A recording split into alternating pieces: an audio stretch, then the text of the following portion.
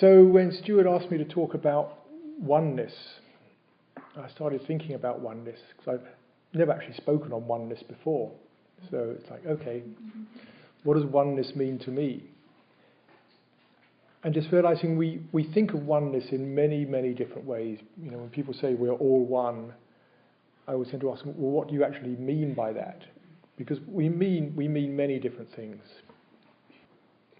The first, the obvious one, is the realization that we are one humanity, one species, living on a single planet, with ultimately a common destiny. And that's a relatively recent realization. And I think it really was sort of crystallized by the astronauts, Edgar Mitchell, other astronauts who went out into space and saw that picture of the Earth, brought back to us this vision of oneness, of wholeness. And it's fascinating how that symbol of the Earth has become almost a spiritual symbol of our times. It's used in just about every area of life or commerce, product, spirituality, because just in itself it says something, that we are one planet, one living system. Before that, I remember growing up as a child, you know, when we looked at maps of the Earth, it was all, the maps all different colours for different nations, and you know, all the British colonies were pink, and all the Portuguese colonies were purple. It was really about difference. We were seeing the differences of, these are our people, these are other people, and these are people over here. And there wasn't this sense, such a sense of connection. So that's, I think, one of the first senses of oneness, which has really filtered through our society over the last 50 years. And you mentioned the Gaia hypothesis, which was the theory put forward by James Lovelock in the late 70s, that the whole of the Earth is, or can be considered as a single living system, in much the same way that our bodies are a single living system, maintaining the optimum conditions for our continued existence. Our bodies keep the temperature at the right level, they keep the salinity of the blood at the right level. We're a self-regulating system. And he put forward the idea that the biosystem of the planet is also a self-regulating system. And over the years, a lot of data has come in to support that. And he called it the Gaia hypothesis. These days it's called the Gaia theory, so it's moved a step from being a hypothesis to a theory. All the different species of the Earth seem to work together, not in a sort of conscious, deliberate way, but there's feedback systems whereby they just work together to maintain the optimum temperature, the optimum salinity of the oceans, the optimum balance of certain chemicals in the atmosphere that are optimum for the continued survival and evolution of life. And that the Gaia hypothesis or the Gaia theory has really become a sort of backbone of the environmental movement. And many organisations have Gaia in their title now. And that prompted me to explore the interlinking of humanity through computer networks, because I just finished doing my work in computer science, and I was doing some of the very early networking of computers. We had a huge computer upstairs, probably took a room twice this size. The hard disks we had 20 megabyte hard disks, which were about this big across, and you had instructions, and you put the hard disks in. We had sort of bank of about 10 hard disks readers, and you put the hard disks in. And then we had a huge cable coming down through the ceiling to this other computer downstairs, which I was working on, and we sort of sent data back and forth through this thick cable, this thick, coming down through the ceiling, which probably was, 1,000 times slower than your slowest USB cable. But I could see that the networking of computers was one direction we were moving in. It wasn't getting larger and larger computers, it was computers linking together and beginning to link humanity together into a single integrated system. And I call that the global brain, because from the Gaia theory, you can sort of see the parallels between various organs in the body and organs in the planet, like the rainforests work a bit like the liver.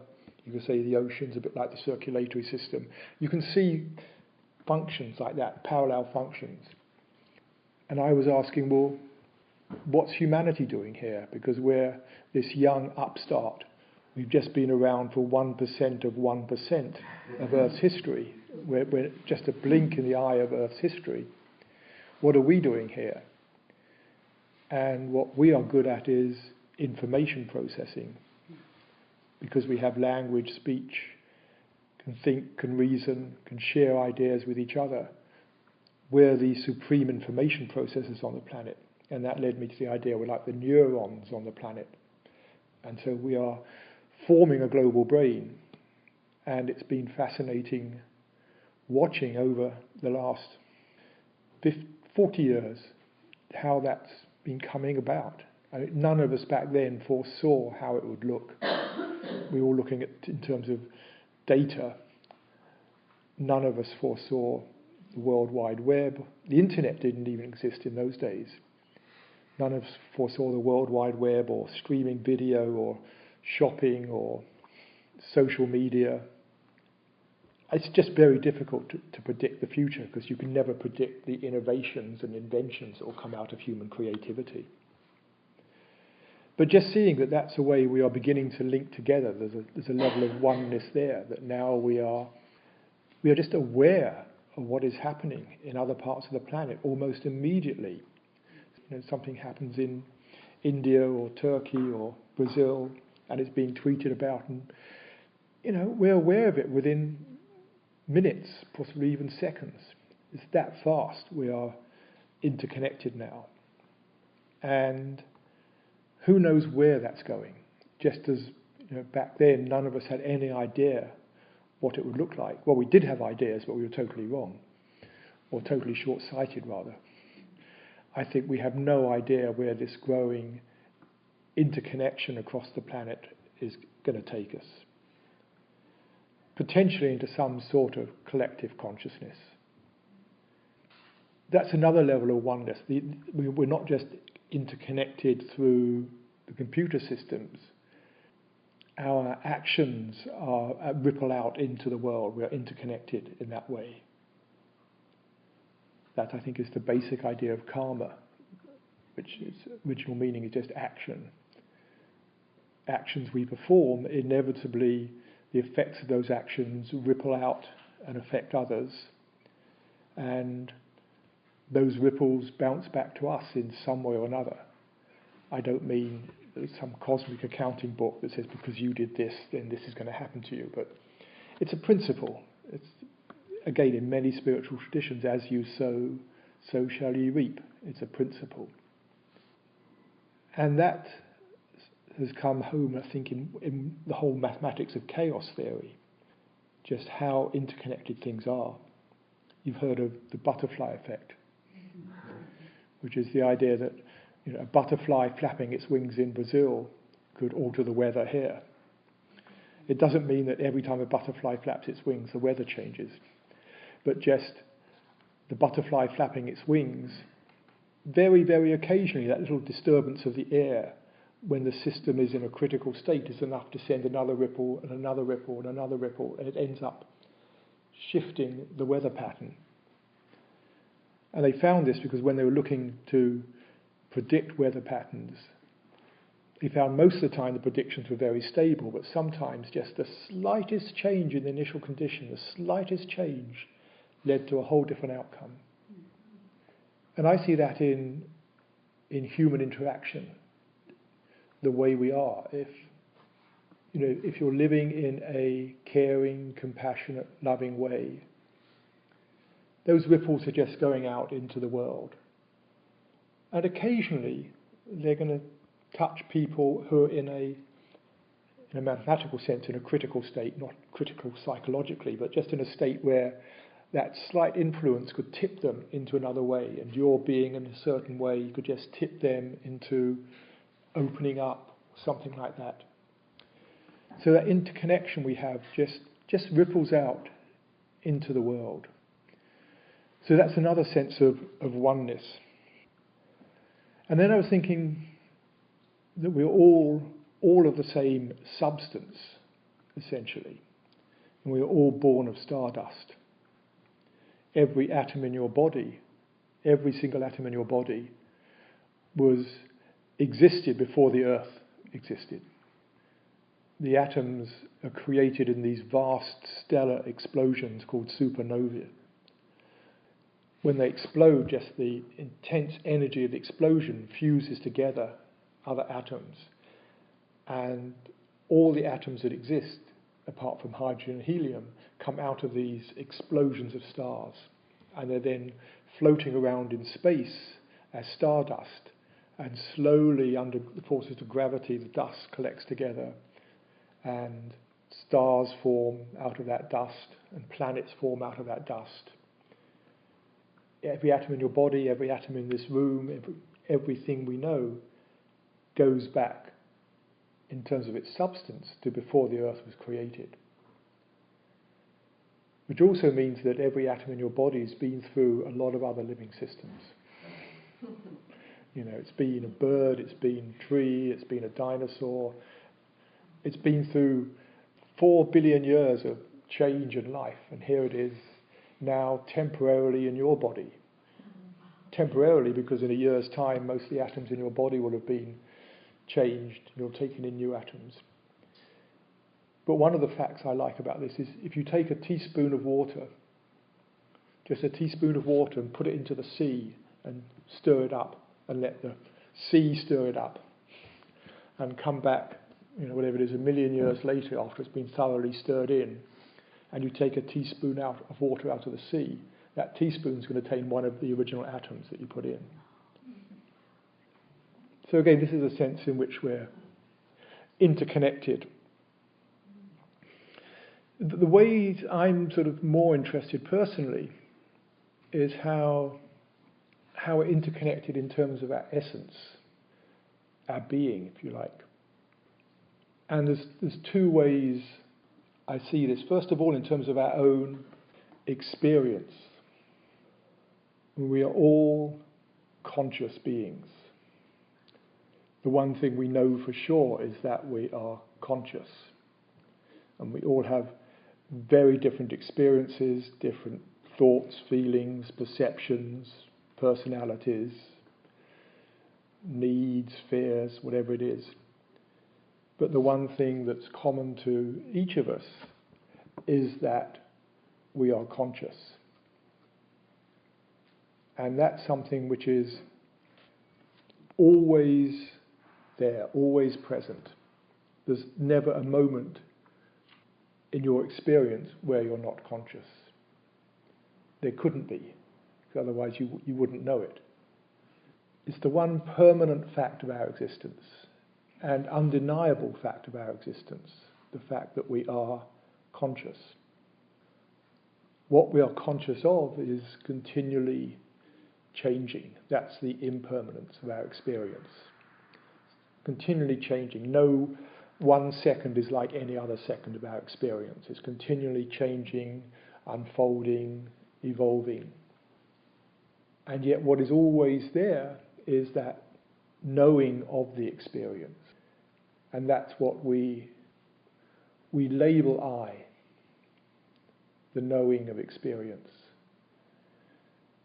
I don't mean I in the sense in which we often use the word like I am Peter Russell, whatever, which is how I identify this body or my thought system, whatever. Though that's clearly things which can change. I'm talking about the unchanging essence. I mean, my name can change. I could say I'm British, but I'm also American now as well, so that's changed. You can change anything, but it's the I that remains that is observing the change. And when I say, I was this and now I am that, or we sometimes say, I'm not the same person I was 10 years ago or 20 years ago. It's interesting when you look at that statement, I am not the same person I was 20 years ago. There's actually implicit in that two senses of I. There's the I that has changed, and what we normally mean by that is, when you say I'm not the same person I was 20 years ago, we mean maybe my values have changed, the way I think has changed, our personality, those things have changed.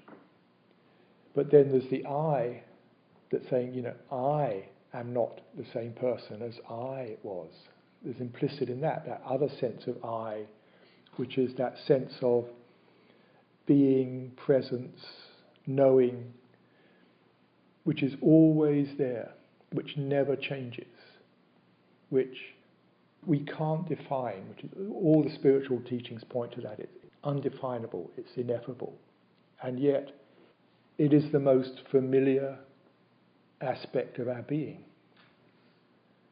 We all know what we mean when we say I in that sense, and yet we can't actually pinpoint it. But we know what it means.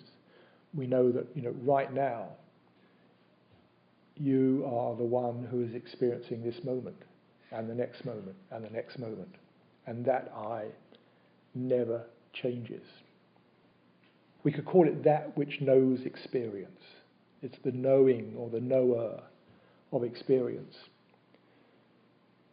Because it has no defining qualities, it means that what I know as that sense of I-ness is exactly the same as what each of you know.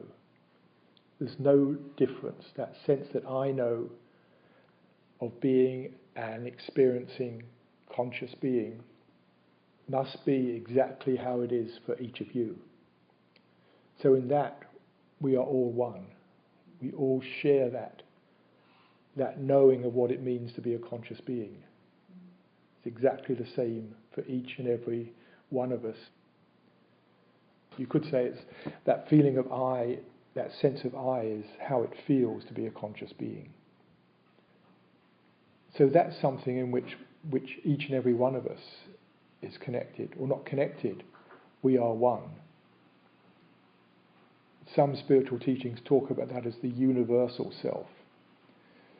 And I think sometimes that's misunderstood, or it's understood in another way, which is that it's some self which is universal out there that we are connecting with.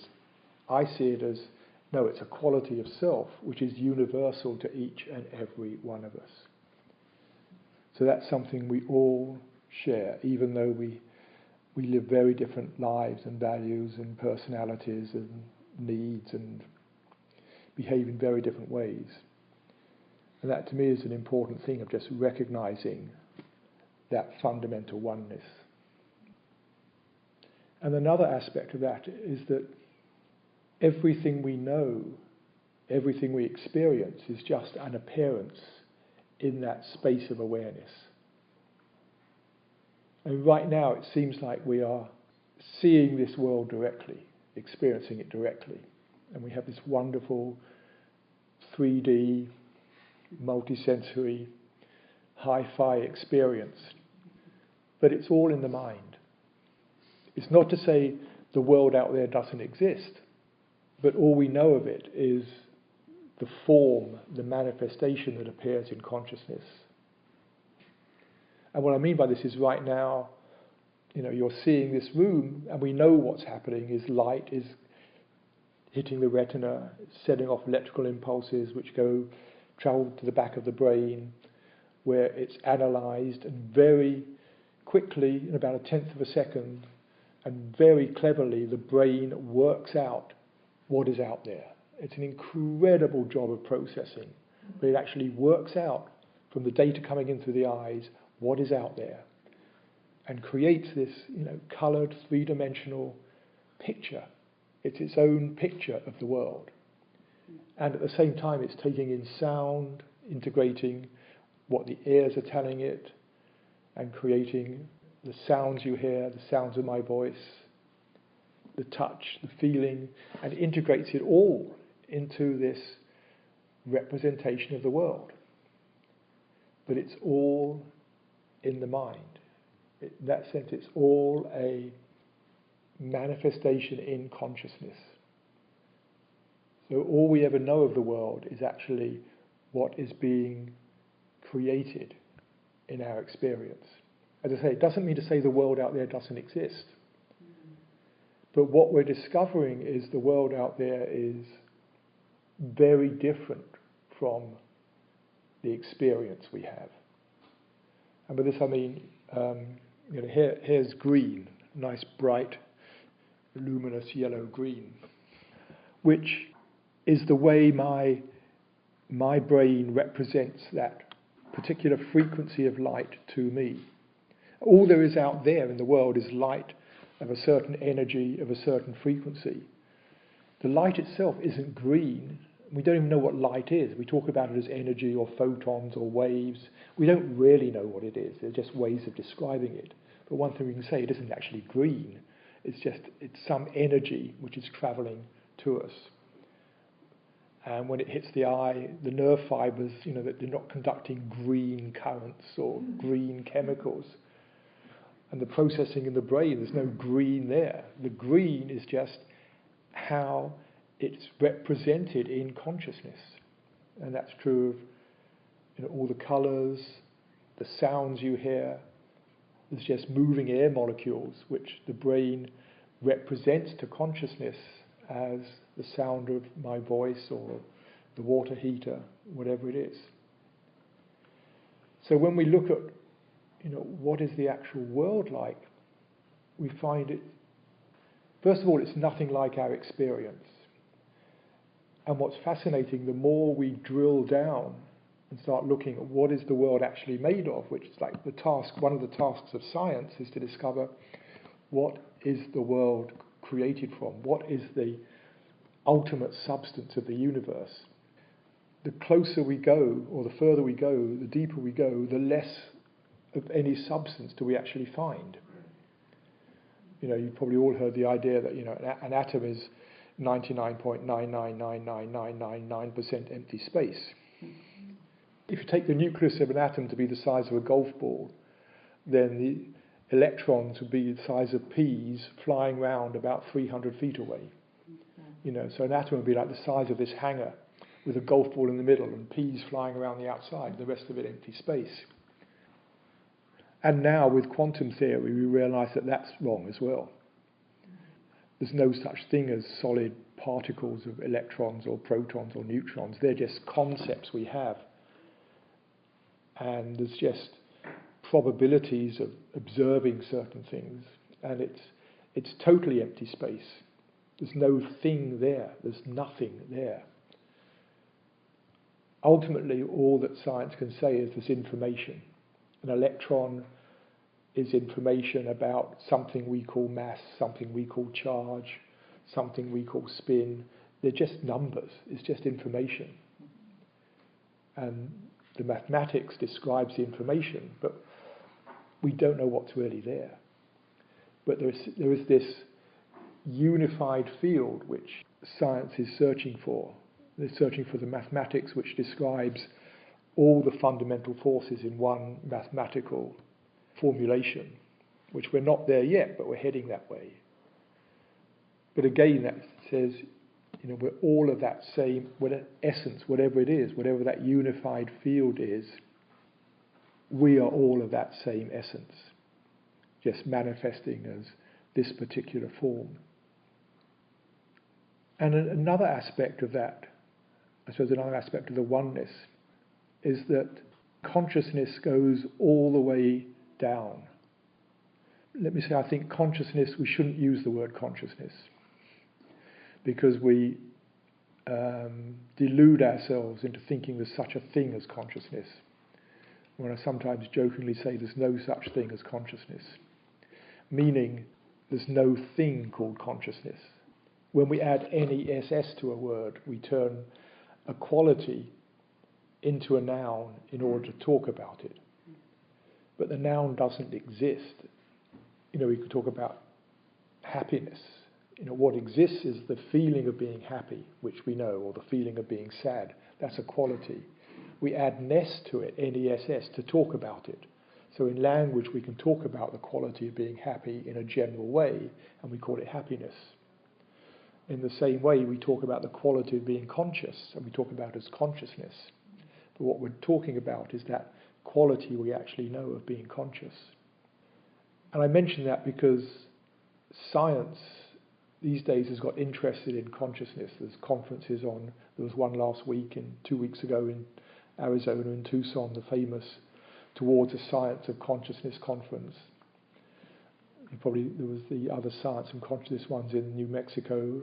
There's a lot of conferences on and research into what is consciousness, and people trying to study consciousness and find consciousness, which to me is a waste of time. It's like we are conscious, and now we're looking for something out there we're going to experience called consciousness. It's like, hang on, stop. You already know what you know what it means to be conscious. It's not something you have to find.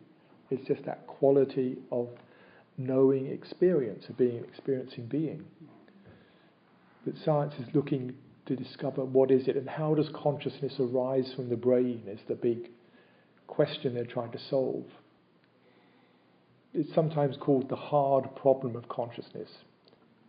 It's clear that what appears in consciousness, the experiences we have, are conditioned by the brain. So when I'm seeing this colour green, clearly there's some particular neural processing going on as a result of which I experience that colour green. And if I'm feeling sad, there's some neural processing that correlates with that.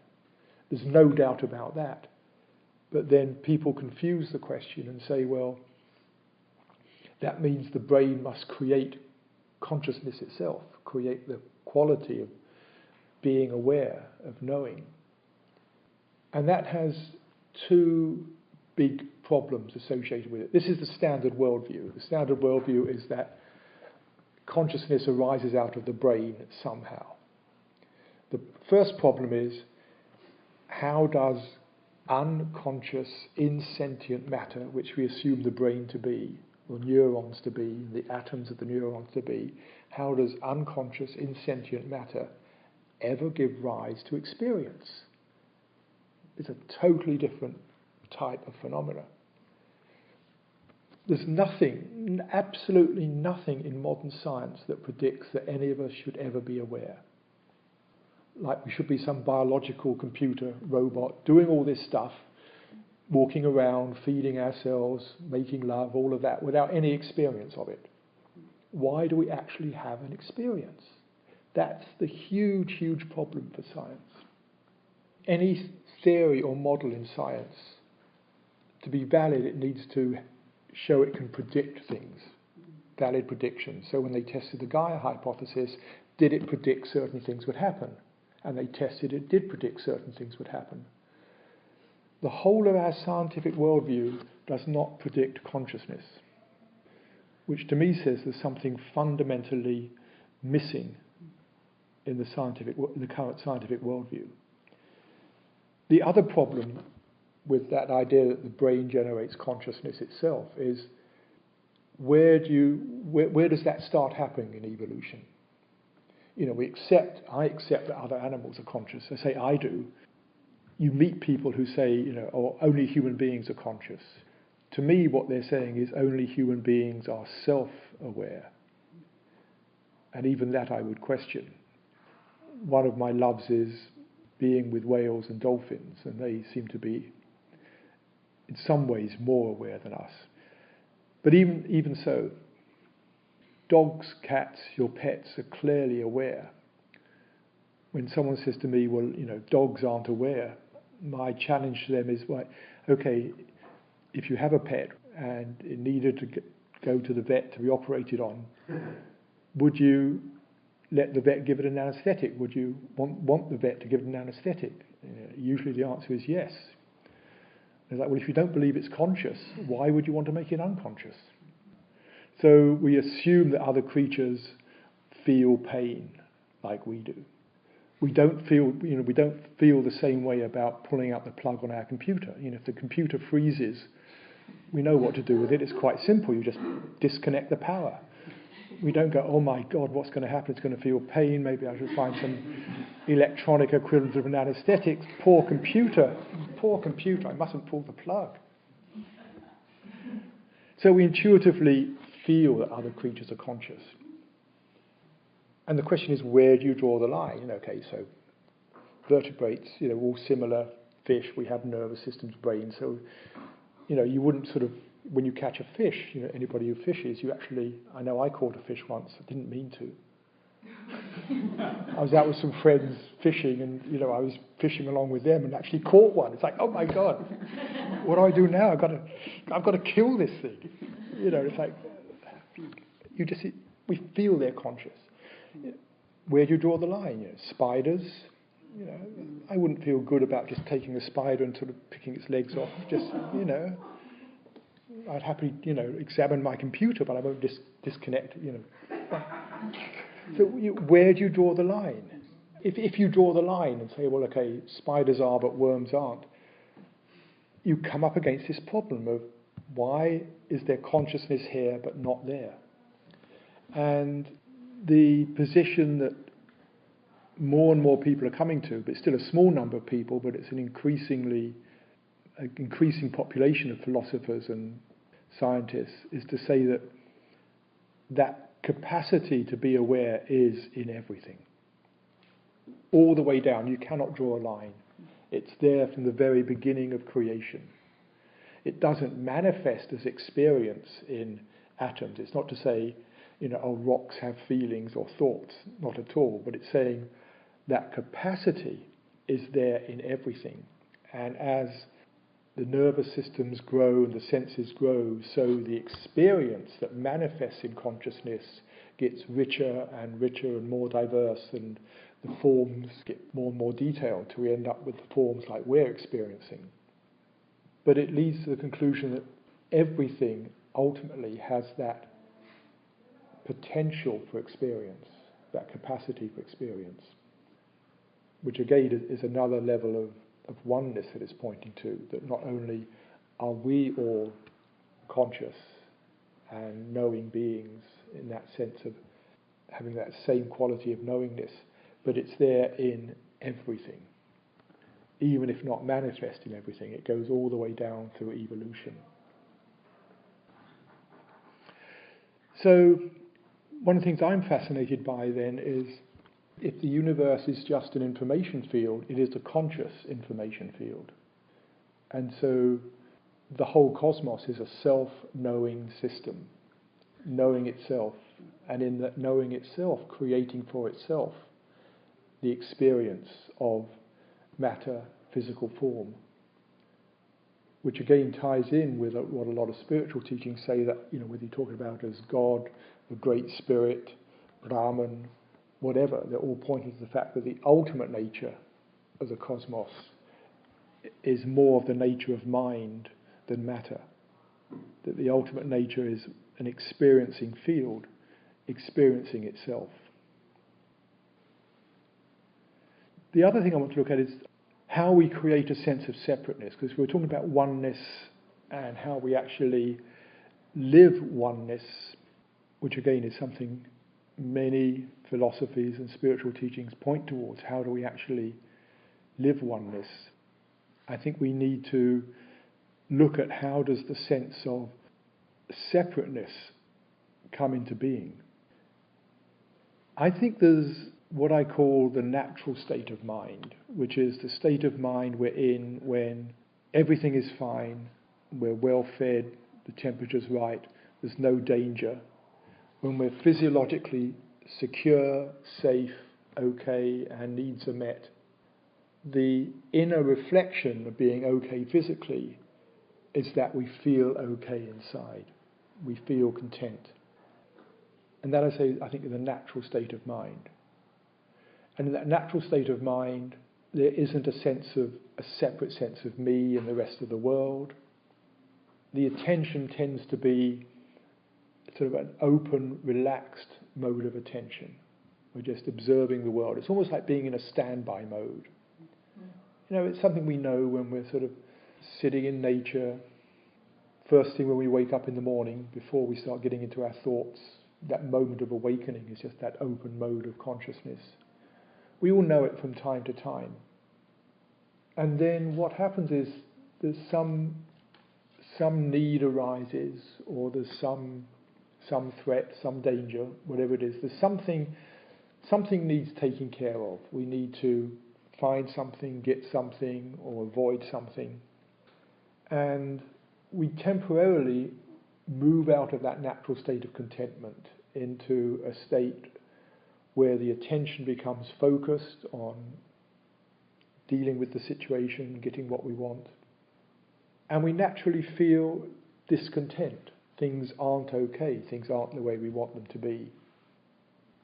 At the same time, our awareness, as it becomes focused, it shifts from just that open spaciousness. We separate awareness into a sense of me here, usually based around me, the biological organism, and the rest of the world out there.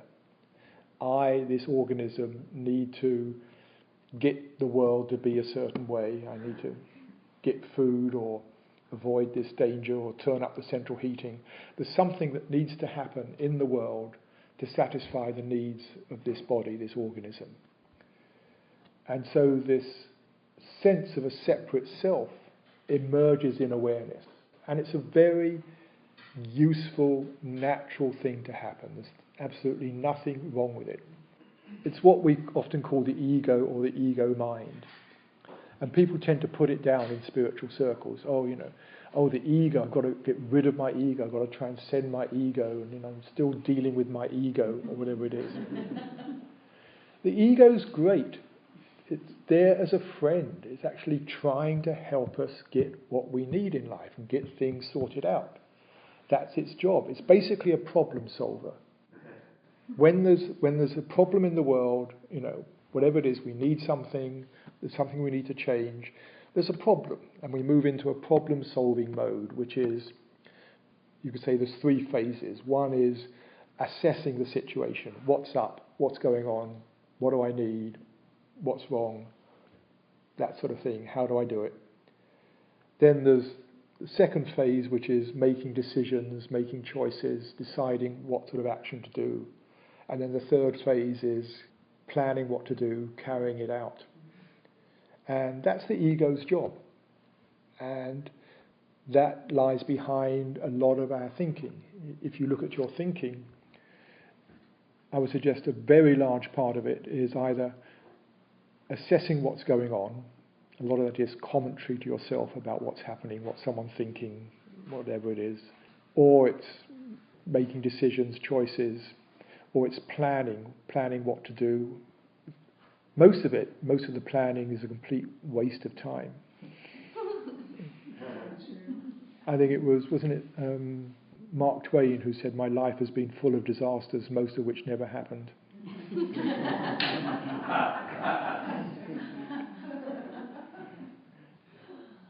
The question is, why is it that most people spend most of our time in living in this world of a separate sense of self, interacting with the world? And I think there's two things which have come together which lead us to do this.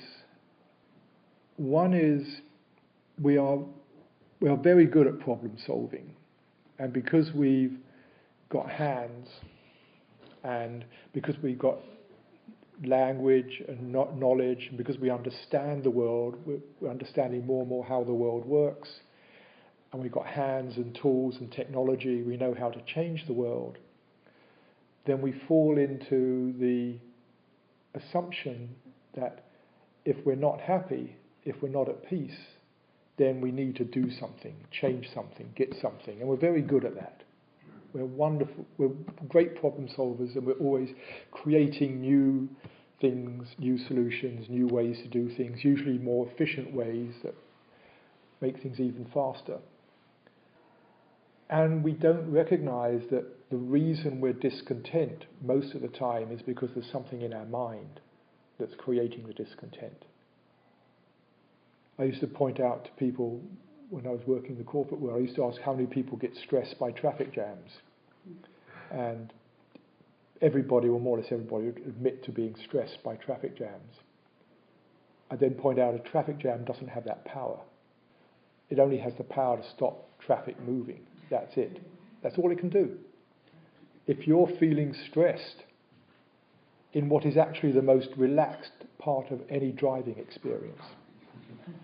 When you think about it, being in a traffic jam, you've got nothing coming the other way, you've got nothing to avoid, you've got no looking out for pedestrians, you haven't got to worry about this. And it's actually the most relaxed bit of ever being in a car, is being in a traffic jam, and here you are feeling stressed. It's because the voice in your head, and this is the voice of the ego mind that's seeing a problem here, it's decided there's a problem, you're going to be late, and if you're late, you're either going to miss the appointment, or someone's going to be upset at you, you're going to miss an opportunity, whatever it is. Being late is not going to be good. The voice of fear kicks in, the voice of fear, the body responds to that, getting prepared for action, and the hormones start flowing, and you start feeling stressed. And yet what we do is we try to change the situation out there rather than looking at what's going on in here. Somebody else could be sitting in exactly the same situation saying, this is wonderful. This is a situation I've been waiting for all day. And I can sit and meditate for a few minutes. But nobody coming in with problems for me to solve. I can relax for once. And it's the same thing with our whole society is geared towards this idea that if you're not content, we don't recognize that the discontent is coming from some perceived lack in the mind. We think there's something out there. And this is the second thing. We have incredible powers of imagination that other creatures don't have, because we can think into the future and make choices about the future. You know, other animals make choices about the present moment, but we can make choices about things that haven't even happened yet. And so in our imagination, we are seeing all these possibilities of things that could happen, and then try to solve the problems that don't even exist yet. So the ego mind gets triggered in human beings time and time and time again when it doesn't need to be triggered. Its function is to help us. It's an ally. It's trying to get us through this world, help us survive. That's its function, is to help us survive. But most of the time it's actually getting in the way. And I say it's behind our society. So much of what we do, when you look at it, is based on this assumption, if only I could get the world to be the way I think it should be for me to be happy. It's conditioned into us from birth by our parents, because they didn't know any better, by the educational system, by the media, by advertising. Just about any advertisement says, you know, buy this product, this service, whatever it is, and you will feel better. What they're doing is creating a sense of lack. And it seems to work. You buy some piece of clothing, you buy a new jacket or something, and you feel better. And we think, buying the jacket made me feel better. So we learn from that, and so next time we're feeling down, we go shopping. But what I love about the internet is it's showing up a little flaw in this argument, because it used to be you went to the store and bought your jacket and you paid for it and you came out carrying the jacket and you felt wonderful. Now you go online and you search around and you find the best website and the best price and the right colour and everything, and then you press buy now, and that's the moment you feel better. The moment your credit card is debited, you don't actually see the jacket for another 3 days. But the fact you feel better then, when you look at it, shows that it's not the getting the jacket, but you've temporarily relieved yourself of a certain discontent. So we are continually creating discontent, and then we do things to temporarily relieve us of that discontent. And that, I think, is what the Buddha saw in the Four Noble Truths. And the first noble truth of dukkha, usually translated as suffering, these days tends to be translated differently, as either that cumbersome word unsatisfactoriness. I just prefer discontent, unease. As some of you probably know, the root meaning of dukkha is actually a negation of the word sukha. And the word sukha means to be at ease. So dukkha is actually not being at ease in the world. So for me, that's not being in the natural state of mind, it's being in the ego mind. The ego mind is never at ease. It's always looking, wanting, working things out. So what Buddha was saying is we human beings are seldom in that natural state of ease. We're always discontent for some reason or other. And there's an even deeper meaning. The root meaning of sukha is a wheel that turns smoothly round its axle, which back in those times was probably a really important thing, because the wheel and the cart was the height of technology. And to have a wheel that was efficient was really significant. Dukkha is something that moves with friction and resistance. And I think you can take that into, why we feel discontent is we are resisting the moment as it is. We are resisting what is happening. Things should be different. I can't be happy in this situation. I'm resisting the experience of being in a traffic jam. And so that resistance is creating the discontent. And again, what so many people have pointed to is that, can we just accept the present moment as it is?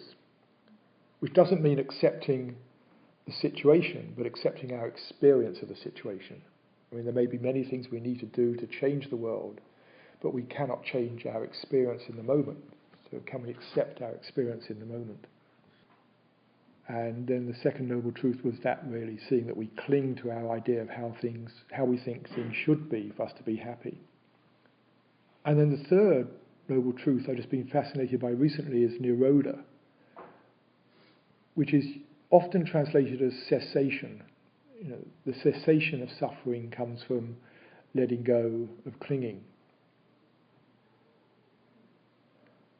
But there's another root meaning that scholars are looking at now to nirodha, which seems to me far more interesting. The root meaning of nirodha, one of the root, ni means out of, in this, like we have X, to come out of something. We use X in England, to exit, whatever, to come out of. Rodha means prison. So coming out of bondage, coming out of imprisonment, which is freedom. So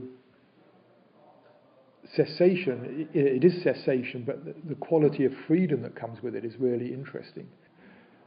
When you look at the old translations, it's all about restraining the mind. We've got to hold the mind. No, it's freedom from the whirling of mind, freedom from the thought waves. It doesn't mean to say you have to stop them, but can they be there, and can we be present to them and be free from the effect they have on us? To say that's what I'm interested in practice. Well, two things. One, how can we be free from the whirling of the ego mind? It's going to happen. It comes up again and again and again. But how can we not stop it, but learn to step out of it, so that we can come back to that natural state of mind, which I would say is the natural state of oneness. And the two practices which I find valuable these days, one is whatever's going on, not trying to change it, but just the recognition that, as I put it to myself, am I not the one that is experiencing this? I am not this separate self that I've constructed, that has been constructed rather. The ego mind, this separate sense of self, that I am always that sense of being which is experiencing whatever is going on, that is experiencing the anger or the delight or whatever it is, or the peace, the deep meditation or the frustration, whatever it is. But just to recognize that I am that knowing sense that is always present. And it's just a simple reflection of that fact, and just turning the attention back to that sense of the knowing, the knower. And the other thing is, whenever the ego mind kicks in, there's always some sense of what I would call a constriction of consciousness, a tensing of the mind, a slight constriction. It's just, if the attention is being focused, then there's a sense in which the attention is being held somewhere. You've got a job to do, the attention is there, and so there's a holding of the attention to the job at hand. And whenever that happens, you can begin to feel it. There's this slight I call it a constriction in the mind, a constriction of consciousness. And I found that one of the ways of recognizing when the ego mind is operating is you can just recognize this faint sense of tension that comes into the mind. It's always there, this slight sense of tension, constriction. Just recognizing that. I think there's almost a universal law with consciousness. What you allow into your awareness begins to dissolve. The opposite to Carl Jung's thing of what you resist persists. And he was saying when you push something out, he was talking about your shadow, but when you keep something out of your awareness, it controls you, it persists. When you do the opposite, when you let it in, things tend to dissolve. Just noticing more. Whenever there's that faint sense of tension in the mind, just noticing it, nothing more. Just noticing how it feels for the mind to be slightly tense, slightly focused. And the tension begins to soften and dissolve. And as that happens, you just drop back into that open spaciousness, the natural mind. And the other thing about the natural mind, there's a quality of love and compassion there. I think it was Baba Muktananda who said, love is the secret sensation of the self.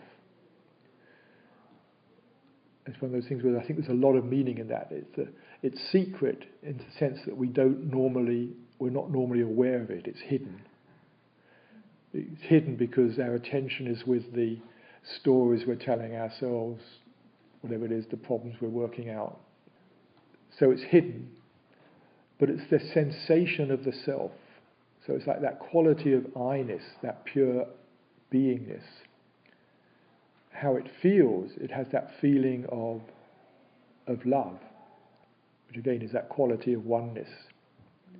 Not love in the everyday romantic sense, but it's just a quality of love that's in one's being. And I'm sure those of you who meditate, you know that from time to time when you're in that deep silence of meditation, there is just that quality. It's just the love is there. It's not love for anything, which is conditional love.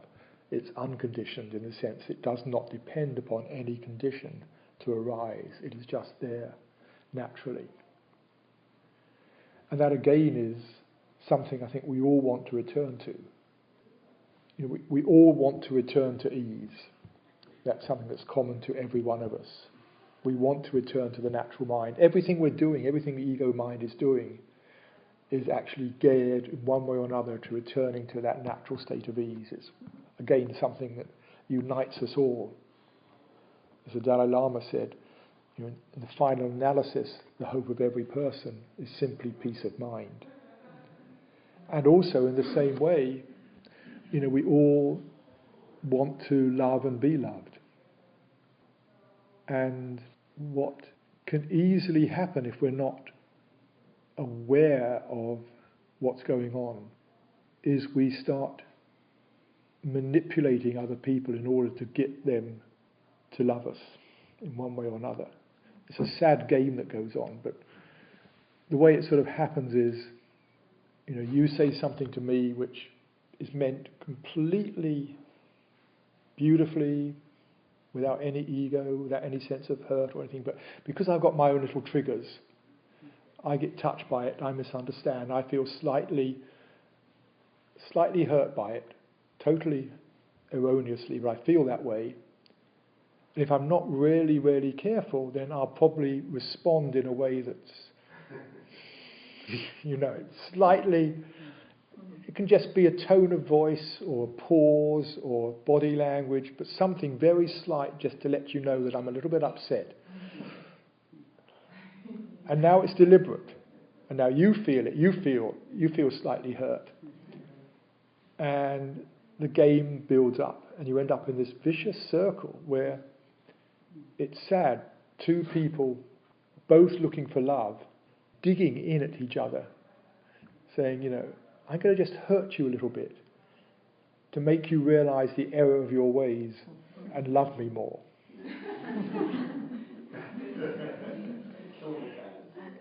And it happens, you know, whether it's personal relationships, family, friends, out there in the world with strangers. It's a game we fall into so easily and ends up in divorce, argument, fights, whatever. Simple way around it, and this really is the Buddhist principle of harmlessness, or the golden rule, which is in just about every tradition, is to have the intention that whatever you say or do in any interaction, that the other person should come away feeling loved, respected, not hurt in some way or another, not attacked. It's basically just checking whenever those little attack thoughts come into your mind, any sense of slight attack to make the other person in some way wrong is where an attack thought comes from. Just beginning to check those at the very start and not let them come out into the interaction. I think one of the Buddha's definitions of right speech was, if you can't say something in such a way that the other person feels good on receiving it, it's better to retain noble silence. But not in the sense of a cop-out, I don't know how to say this to you, so I'm going to shut up.